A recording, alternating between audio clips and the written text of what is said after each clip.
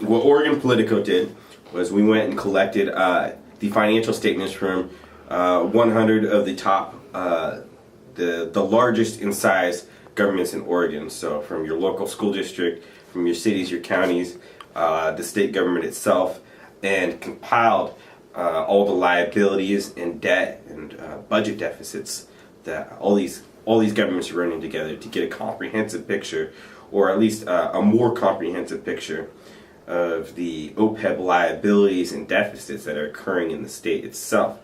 The reason we did this is because it's more of an apples and apples comparison to what people are more familiar with of the PERS system, or the Public Employee Retirement System.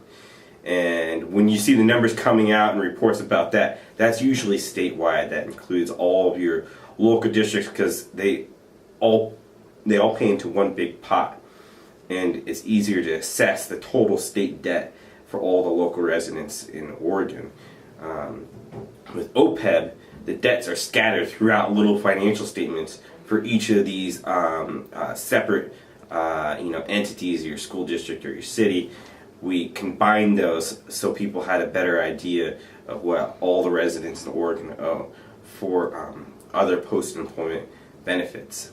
Governments, through their collective bargaining agreements with their union employees, or even sometimes their non-union employees, promise these employees that in certain cases when they retire, or in a lot of cases when they retire, that they will be provided certain retiree healthcare benefits. Whether that be explicit, they're going to pay for your premiums, or implicit, they're going to let you participate in their current plan, and they'll subsidize it at the younger active employees' rates.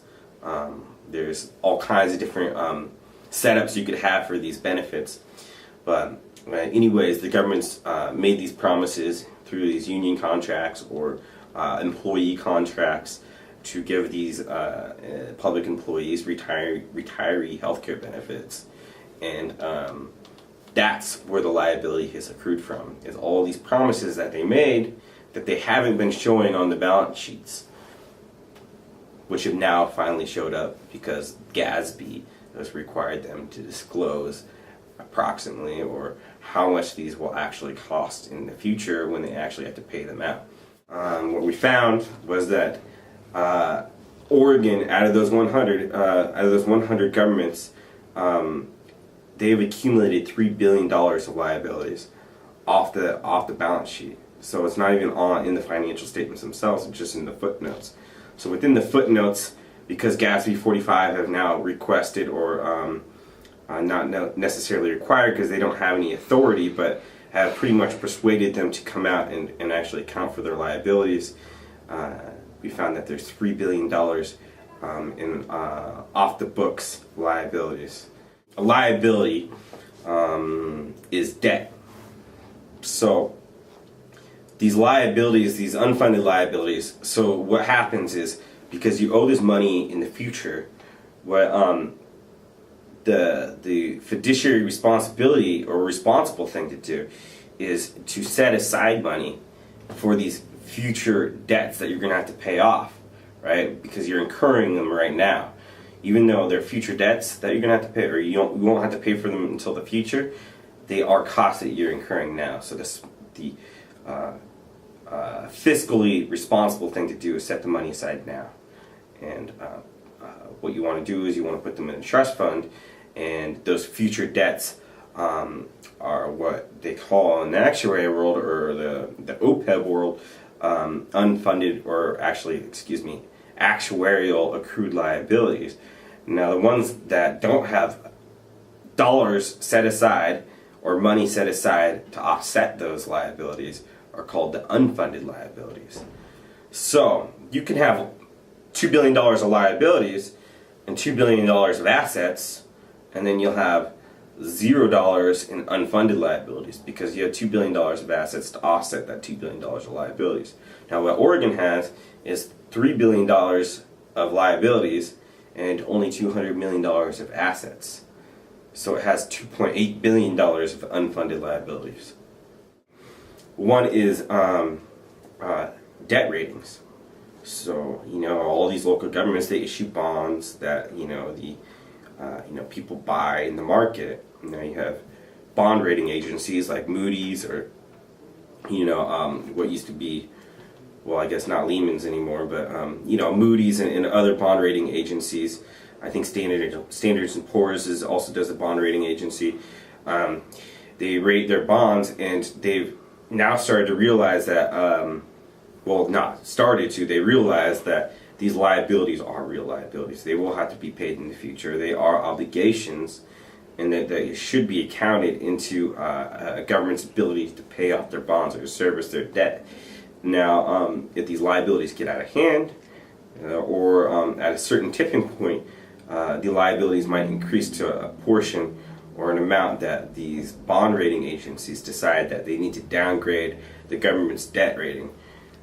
Say for example, maybe the city of Portland has a AA debt rating. It drops to a single A rating and is no longer investor quality debt. It might become junk debt, right? Like what just happened to Greece, in fact, today, which is, April 27th, 2010. Greece just had their debt rating lowered, and that has significant impacts on governments, on their ability to borrow as well as their ability to pay back. Their interest rates go up, which in turn cost taxpayers a lot more money. Think of it as like your mortgage, right? Everybody wants to get into the mortgage right now and refinance or whatever because it's at historical low rates, 5%, right? It's great. But if it goes up to 7, 8%, it's no longer that great. And anybody that's ever taken out a mortgage realizes how much money that actually costs. That's just 2 percentage points.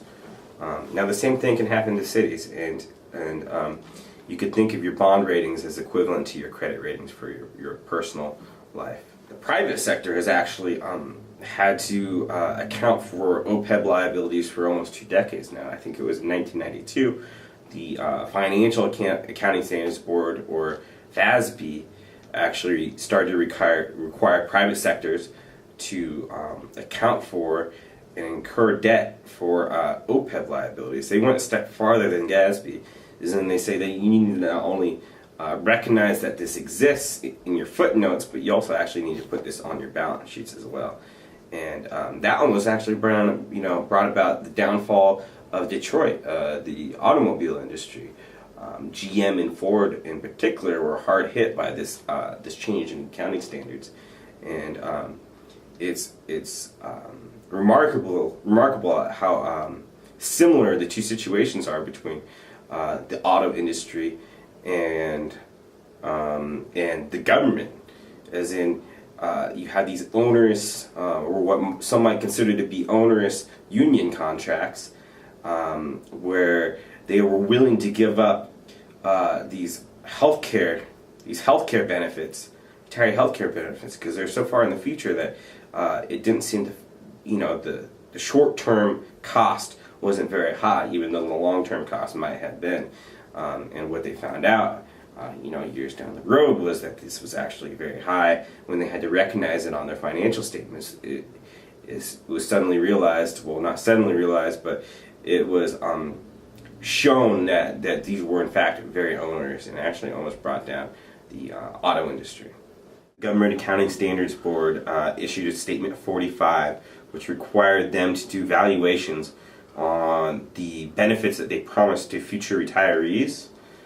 And so they did these valuations and came up with how much the projected cost will be in the future in present day terms. So they had to put it within their financial statements so people actually know how much they might owe in the future, how much they're liable for. Now these liabilities aren't on the balance sheet, they're just in the footnotes of the financial statement themselves.